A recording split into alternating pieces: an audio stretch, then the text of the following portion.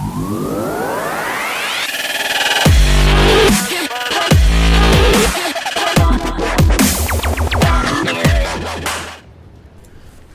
going on, everyone? NoleJP here, and welcome back to some more Call of Duty Infinite Warfare commentaries. Today is the day that I've been waiting for to kind of throw this commentary out. But first of all, let me throw out a huge thank you to you and anyone else who may have viewed and or used the information from my last video discussing how to get your NAT type to open. That video has had more views and positive feedback and comments that I have ever seen on my channel, and it's a pretty amazing feeling. I never thought this video would do anything to this nature. It's not a massive amount of views, but it is more than I typically see, and it feels good to know that I'm helping out the community to get everybody up on the right level. So definitely subscribe to my channel if you haven't already, or if you are new, I appreciate all the support. So with that, what I have for you guys today is my first Call of Duty video from the full release. I wanted to wait a week to give myself a full opportunity to play the game, wait for a couple patches to come out, improvements, etc., so I can give the game an honest bit of feedback.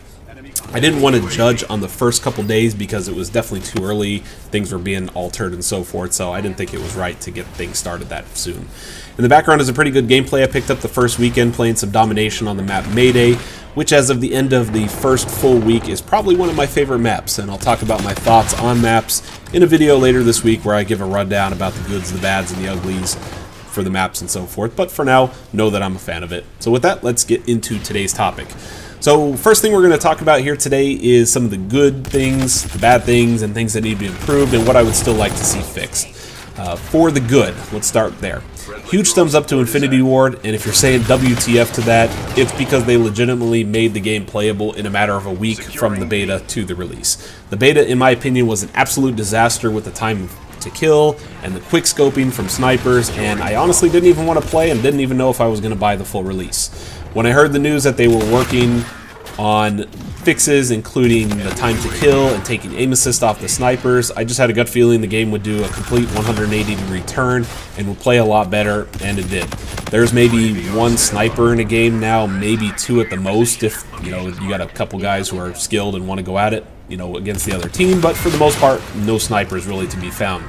I think IW did a great job and really turned a lot of people off who were not snipers, who thought they could be snipers in the beta, and turned them back into players using normal guns like they normally would. So much more enjoyable to have normal games, of normal gunfights, instead of worrying about a bush Wookiee sitting in the corner, kind of like we saw back in Ghost. Also good time to kill. It's still fast. They made it better, but it still has some work that can be done with it. I definitely think if they notched it up a bit more and gave you more chance to live and react, it would be just that much better of a game. Also on the good side, I should say, is map size. Most, and I say most of the maps are pretty well done to an extent. Compared to Ghost, this game is amazing, which I even laugh at because Ghost was, a travesty, but I guess this is a little bit of an improvement, on their next opportunity. Also good choice of weapons. Now I'm saying that with a caveat that there are a lot of weapons. The caveat is that there is definitely balance issues that need to be worked out, but I'll talk about that here a little bit later in this video. I'm also going to give props to the IW art department who finished the game.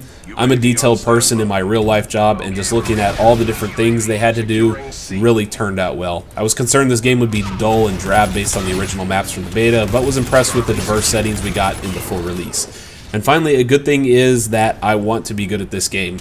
I say that because this game frustrates me currently, and I haven't been frustrated since Ghosts. Frustration and Infinity Ward seem to go hand in hand these days, but for some reason I can see myself being good at this game, but it's just a very weird learning curve this time around with all their mechanics. I don't know, we'll have to see how it goes. So with that, let's talk about some of the bad and need improvement type items.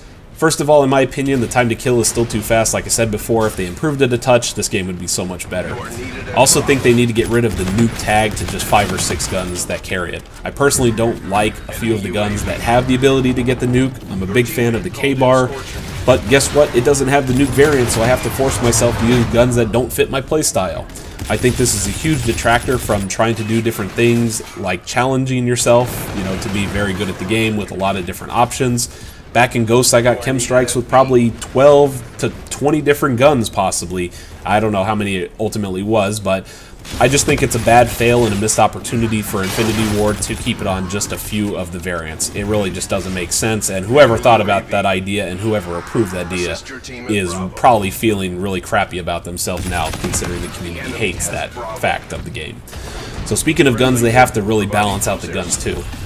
When I'm killed from a long range away with an ERAD submachine gun, and I'm talking the range of an assault rifle would be efficient at, then you have a serious problem with the game.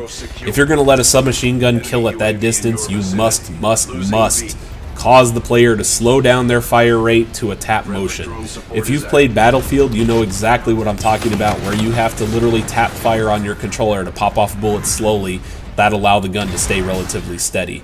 In Infinite Warfare, players can hammer the trigger down with a sub at long range, and it fires just like an assault rifle with very little kick. That's seriously OP in my opinion, and I don't make the game, I just create the feedback for it, but that's something that definitely needs to be addressed. I'm also not a fan that every single gun, aside from snipers and the Volk AR, are 4-hit kills. That's just nuts, that a powerful AR can be beaten by a 4-hit sub. And I think that's where the balance comes from in the game that doesn't account for distance from where you're being shot at. Surprisingly, Infinity Ward has yet to say very much about gun balance or kill rates at this point, so they definitely need to step up their game and get on that. Rigs, all I can say is I hate them. Mostly because you never know what the person with the rig is carrying for a gun. You could go into battle with and get one blasted by the eraser gun because the gun looks like a submachine gun. There was no need for that stuff in this game. I think it worked in Black Ops 3 because you can get an idea of what that person was potentially carrying by the way that their character looked. Rigs in Infinite Warfare are so close in style that it takes the advantage out of the attacking player. I don't really know sometimes when I get into gunfights what kind of gun they're carrying in their hand because I can't tell two rigs apart from each other aside from the mechanical one, I think, which is the Merc. I doubt they will change that, so it is what it is. What else? Oh, they have to do something about salvage and keys. I've been grinding away at this game for the past week and I've barely got enough salvage, even with some care packages being open, to buy the first level of guns, maybe one or two of the second level. At this rate, I have to pray that I get an elite gun out of a care package because getting 4,000 to 5,000 salvage points is going to take months on end at this rate. They need to give some per the game that you play or increase the earn rate. It's just insanity right now. The other thing that I wanted to say is that IW really needs to fix the mute option in the game. It's a very small thing, but before the last patch they said they were going to give a mute all option aside from the party you're with. Yeah, that really didn't happen. It still forces you to mute people in the lobby and it doesn't carry over into the game. And people who join games while you're in a game I should say, aren't muted, so you have to stop and mute them as well. It's just a small issue, but when I'm trying to hear what's going on and keep focus on the game and people are jabbering away on their mics that join in the game or have ridiculous static, it's a pain in the ass to deal with when I should be paying attention to what's going on. And one last thing, no theater mode in this game is crazy. You know, it's who doesn't put theater mode in CODs these days, and it's just kind of sad. A lot of people used it for various things to make YouTube videos, you know, commentaries, you know, comedy type items, you know, but now you have to just straight capture games. You don't get to see the other side of everything. So here's to you, Sledgehammer Games, bring it back. So with that, obviously you can see my bad items and needs for improvement are far greater than the likes in this game so far. This game has potential, but when the developers fail to capture the little details that people really want, it creates a huge dissatisfaction. For the mute item I was just talking about, smallest thing, but the fact that I know that I'm going to have to deal with the inconvenience every single game automatically makes me mad before I even get into each map. They have developers that can code in players that can make themselves invisible, and they can't create a permanent mute. It makes no sense. I want this game to be good, I really do, and I think it can be. I think IW is doing the right thing and consistently patching and updating the game. They have already done more updates in this first week, I think, than they probably did in the entire time that Ghost was out. Which, by the way, what's up with no leaderboards and player profiles with our expanded stats? You know, did Timmy handling the checklist lose that page when the game was being developed? It's a little strange for a game that's been 3 years in development. The game just feels incomplete. It's not polished like you would expect from a COD in modern times. 3 years. 3 years to get it right, and just the details alone are turning people off from it. I'm also curious to see what they're going to do with League play this year with the 2 titles that are being out. Every day when I go onto Twitch to see who's playing what, Modern Warfare Remastered always has more people tuning in. I also saw polls that say pro players are more interested in playing MWR this year than they are for Infinite Warfare. I feel bad for pro players who make their living on COD because many of them are not into Infinite Warfare, and just like me, I can't sit on Infinite Warfare for hours at a time like I used to on Black Ops 3.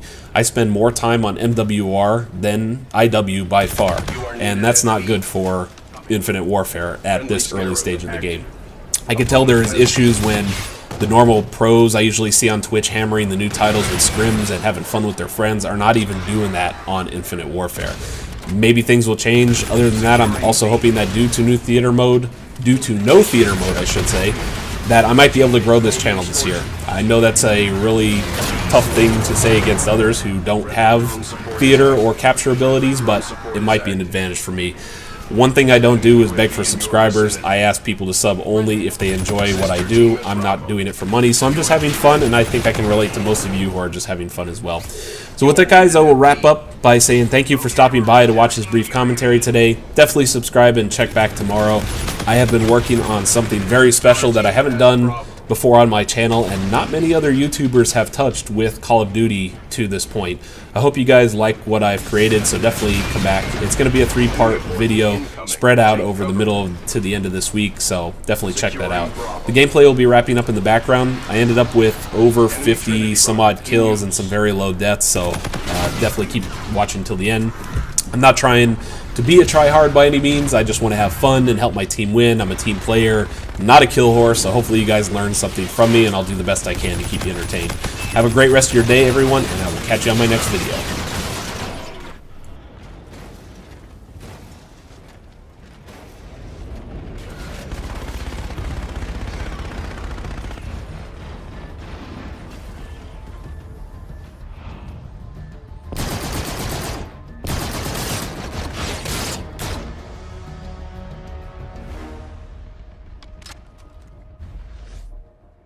Mission success. Report to command for debrief.